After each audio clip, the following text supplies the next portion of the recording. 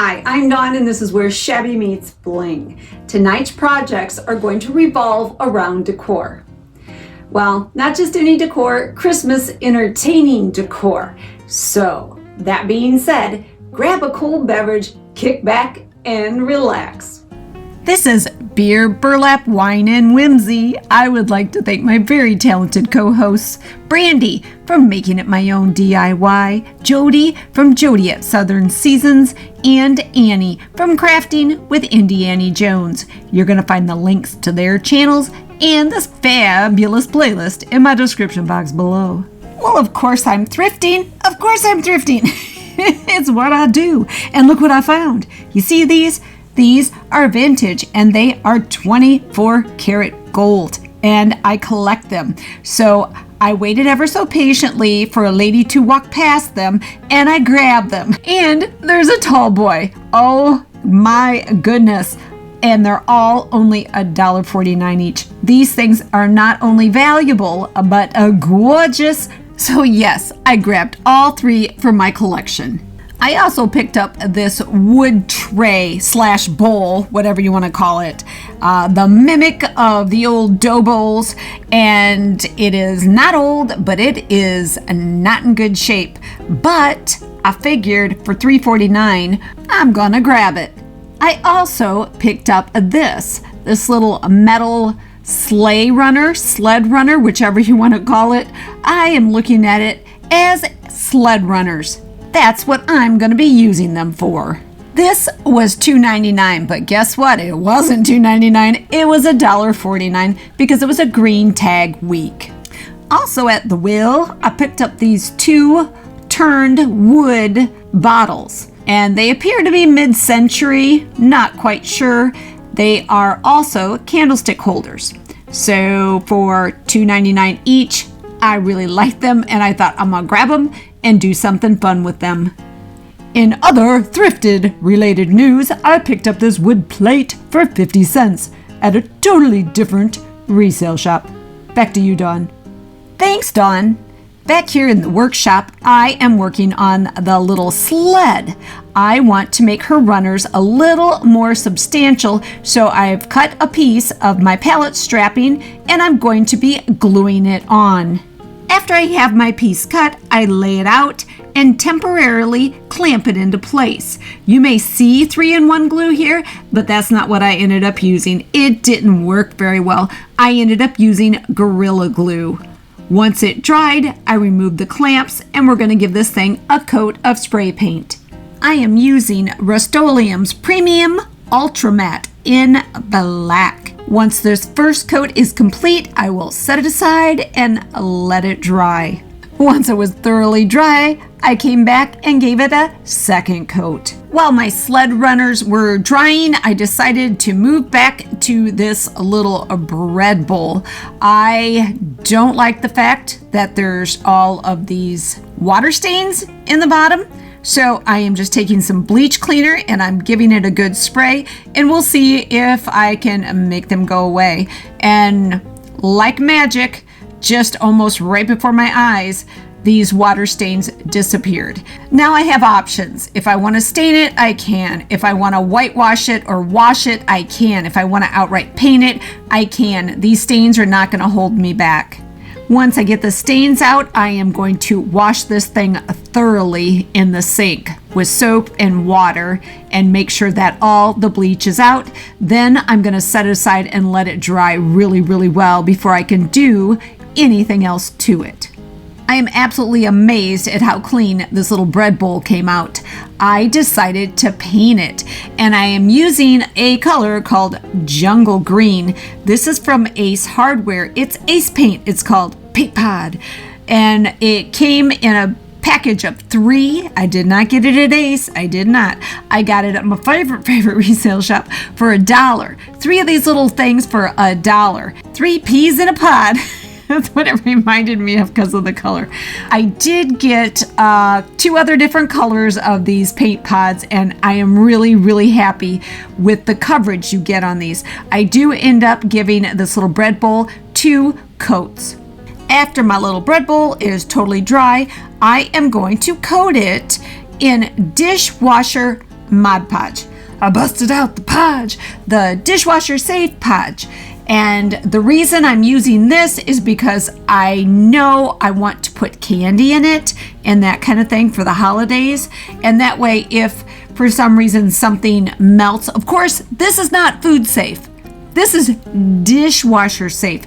There's a difference. So, as I was saying, if I have candy in wrappers in here and for some reason something melts or whatever the case may be, I can take this little bread bowl and just wash her clean like nothing ever happened. So cool. On to those turned wood bottles and that weird wood tray that I got for 50 cents. I am prepping these for the next step. I am taking my little bottles and I'm prying out those candle cups. And what I thought was going to be pretty easy turned out to not be pretty easy. One came out really well and the other one was just totally annihilated, but I did get it out. Now I'm going to degloss all three of these items. I am using a cabinet transformation deglosser from Rust-Oleum. This stuff is amazing. It really does take that glossy texture off of wood items. I've used it on other things too, I gotta be straight with you.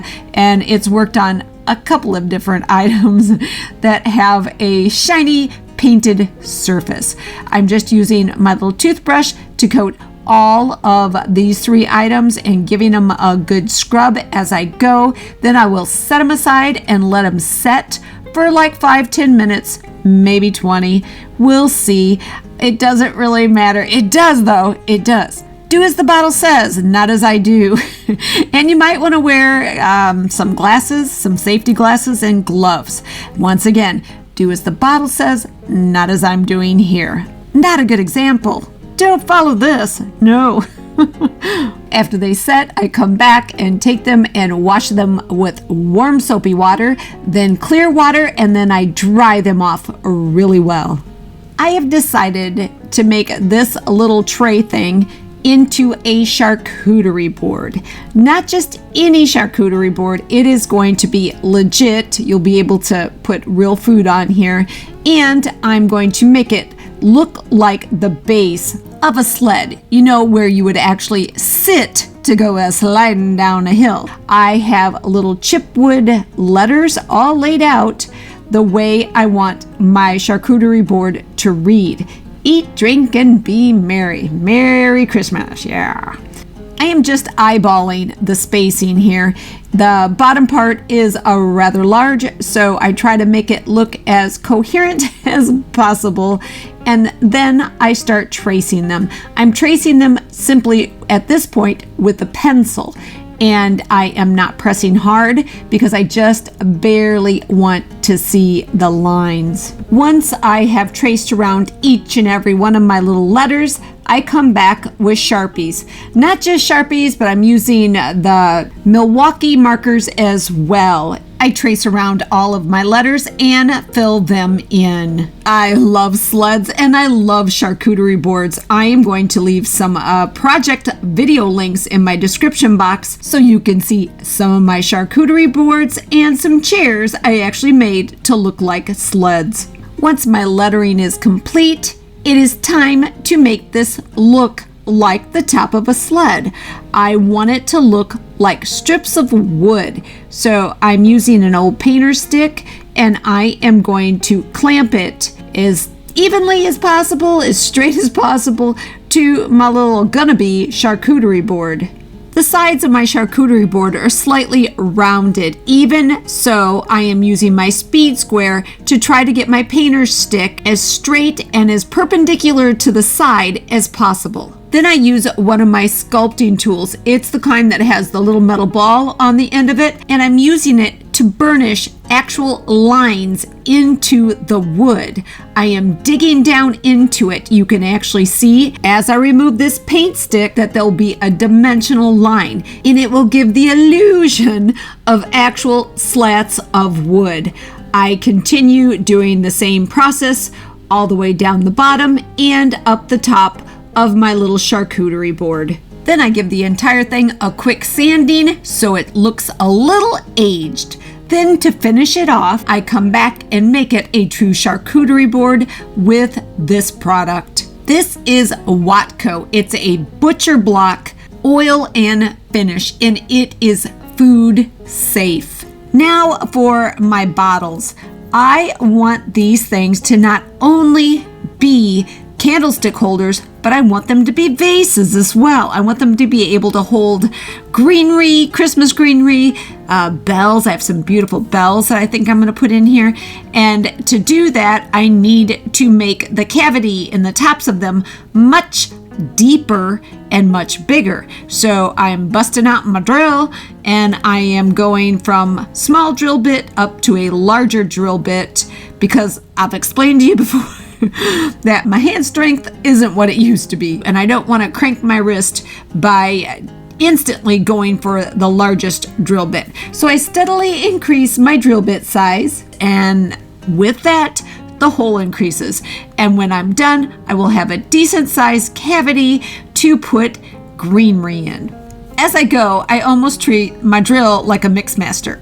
As you can see, I'm kind of moving it around like I'm whipping those potatoes. And by doing this, I'm actually kind of routing out the hole a little bigger. Then the final part of preparation comes in the form of sanding the tops of my little bottles. Then we can paint. Yes, I'm gonna paint these little bottles. Yes, I am. In that same beautiful green that we painted our dough bowl. Jungle green. And this decision was made before I painted the dough bowl, because I knew this green, once dried, was going to look similar to the green of a glass bottle. Each bottle got 2 full coats, and then of course touch up here and there. Then I set them aside and let them dry thoroughly. Our bottles need some graphics, so I jumped into Canva to create some. I used an oval, a rectangle, some text saying Santa Cider, and I added a few snowflakes. Then I printed this image out. Now I need to cut out the image. I am cutting out the lower part of my rectangle or stripe and the top part. I will even cut away that oval. That oval was there for a reason, and you'll see why in just a little bit. Once I have it cut out the way I want it, it's time to podge. I busted up my Mod Podge. This is just a matte Mod Podge, and I'm going to place this image around the lower part of my bottle. Once my image is applied, I put a top coat of Mod Podge on. Then I cut out the image for my second bottle. It also gets Mod Podged into place and gets that same top coat. What we're going to do now is make our graphics stand out. This black lettering and detail and white paper is never meant to be seen. It is a guide. It is a template for me to use my dimensional paint. What I'm doing here is I'm going to trace all of the black areas. The name of the beverage, Santa's Cider, the snowflakes, and the border, that black border that I left. I am simply tracing the text and the snowflakes, but when it comes to the border, I'm going to do a dot and drag all the way around. I'm using a white tulip dimensional paint. I have used this technique before. It works beautifully with a steady hand. You get an exact copy of your image. I'll leave a link on the little gingerbread drum ornaments that I created using this technique in my description box. But give it a try if you have not. Anything that is relatively simple, print it out on your computer, Mod Podge it onto anything, and trace it. Simple. Just keep in mind that this does not dry quickly, so you're going to have to let this sit overnight. So add that into your planning time when you're doing a project. So next day, my dimensional paint is dry, and now we're going to paint it. We're going to paint it that same jungle green as the bottle. The goal here is to get what we just made with the image and the dimensional paint to look like it's part of the bottle. You know, those fancy bottles that have blown designs right in the glass? That's what we're aiming for here.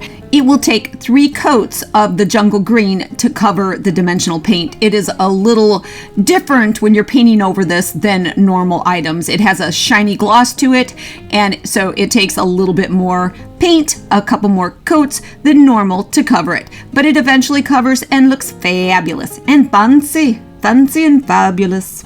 Of course, in between each coat, I set them aside and let them dry. And after the final coat, they are sitting, waiting in the wings for labels. These bottles definitely need some labels.